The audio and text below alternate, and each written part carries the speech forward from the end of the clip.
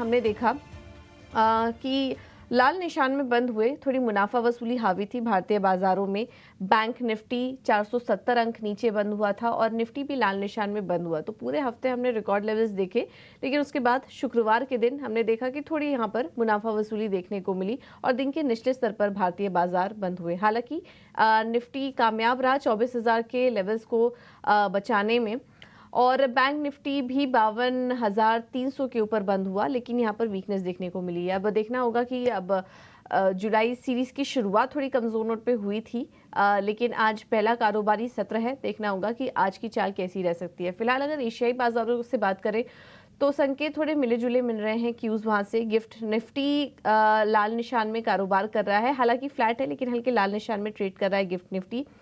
Japan, चीन, Korea और Hong Kong के बाजारों पर नजर डालें तो यहाँ पर भी सपाट कारोबार होता हुआ ही दिखाई दे रहा है। निकाई के बाजार देखेंगे तो 132 अंक ऊपर इस वक्त कारोबार कर रहे हैं। एशियन मार्केट से काफी सारे क्यूज मिल रहे हैं जिस पर इस वक्त हम थोड़ा रिएक्शन भी देख रहे हैं। चीन में पीएमआई आंकड़े सपाट रहे 49.5 पर। जापान में मैन्युफैक्चरिंग कॉन्फिडेंस के आंकड़े आए जो कि 2 महीने के ऊपरी स्तर पर थे, तो कुछ मिक्स्ड नंबर्स आए हैं। और इसके अलावा आज चीन में अभी चीन के कुछ डेटा पॉइंट्स आए भी हैं थोड़ी देर पहले। जून में चीन की मैन्युफैक्चरिंग पीएमआई जो है वो 51.8 पर आ गई है और इसका हम इंतजार भी कर रहे थे। और इसके अलावा जापान और साउथ कोरिया से भी ये परचेजिंग मैनेजर्स और बिजनेस एक्टिविटी के आंकड़े आएंगे, तो उस पर भी हमारी नजर रहेगी। तो ये जो आंकड़े आ रहे हैं एक एक करके, उसी पर फिलहाल एशियन मार्केट रिएक्ट कर रहे हैं और हम देख रहे हैं कि काफी सपाट और मिली जुली शुरुआत कह सकते हैं देखने को मिल रही है। अमेरिकी बाजारों में शुक्रवार को कमजोरी थी, हालांकि उस शुक्रवार को एक समय ऐसा था जब S&P 500 और नैस्डैक अपने ऑल टाइम हाई पर कारोबार कर रहे थे, लेकिन फिर वहां से थोड़ी मुनाफा वसूली देखने को मिली और तीनों ही इंडाइसेस लाल निशान में बंद हुए, क्योंकि वजह थी पीसीई के आंकड़े जिससे बहुत ज़्यादा क्लैरिटी नहीं देखने को मिली है। और इसी की वजह से हमने देखा कि बॉन्ड मार्केट और कमोडिटी मार्केट भी थोड़ा कंफ्यूजन के साथ कारोबार कर रहे थे। पीसी के आंकड़े अगर देखेंगे तो बिल्कुल अनुमान के मुताबिक थे, एग्जैक्ट वही नंबर्स आए जैसा कि एक्सपेक्टेशंस भी की जा रही थी।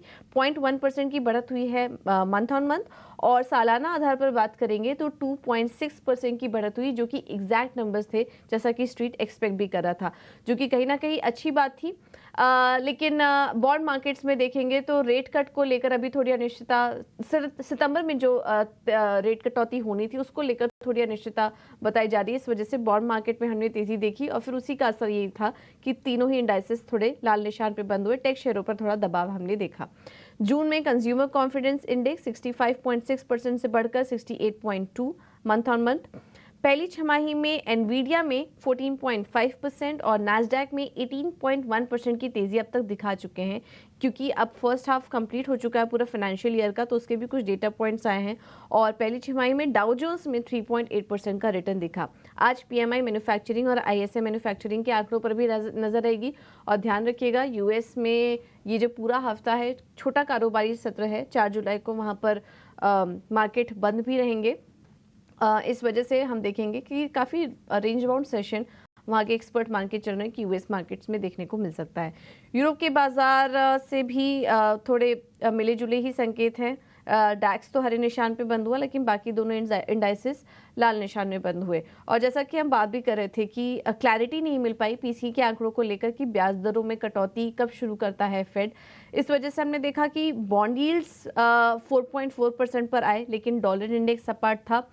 और गोल्ड में इस वजह से थोड़ी नरमी आई क्योंकि अब एक्सपेक्ट किया जा रहा है कि सितंबर में हो सकता है कि रेट कट लिया जा सके। तो बहुत सारा कंफ्यूजन का माहौल था ब्याज दरों में कटौती को लेकर। इस वजह से बॉन्ड मार्केट और कमोडिटी मार्केट भी काफी मिले जुले कारोबार कर रहे थे। हालांकि कच्चा तेल अगर देखेंगे तो शुक्रवार को वहां पर हल्की नरमी जरूर आई, लेकिन अगर पिछला पूरा हफ्ता देखेंगे तो लगातार तीसरा हफ्ता था जब हमने कच्चे तेल में पॉजिटिव रिटर्न्स देखे। मिडिल ईस्ट में जो टेंशन चल रही है उसको लेकर चिंता अभी भी बरकरार है कि क्या प्रोग्रेस वहां पर होती है, जिस वजह से हम देख रहे हैं कि कच्चा तेल फिलहाल 85-86 इसी रेंज में कारोबार कर रहा है। तो ये हैं ग्लोबल क्यूज इस वक्त के। कुल मिला के बात करें तो आज के लिए जो ग्लोबल क्यूज हैं वो काफ़ी ज़्यादा मिक्स्ड हैं और एशियाई बाजारों में उसका एक असर भी, एक कुछ रिएक्शन भी हम देख रहे हैं।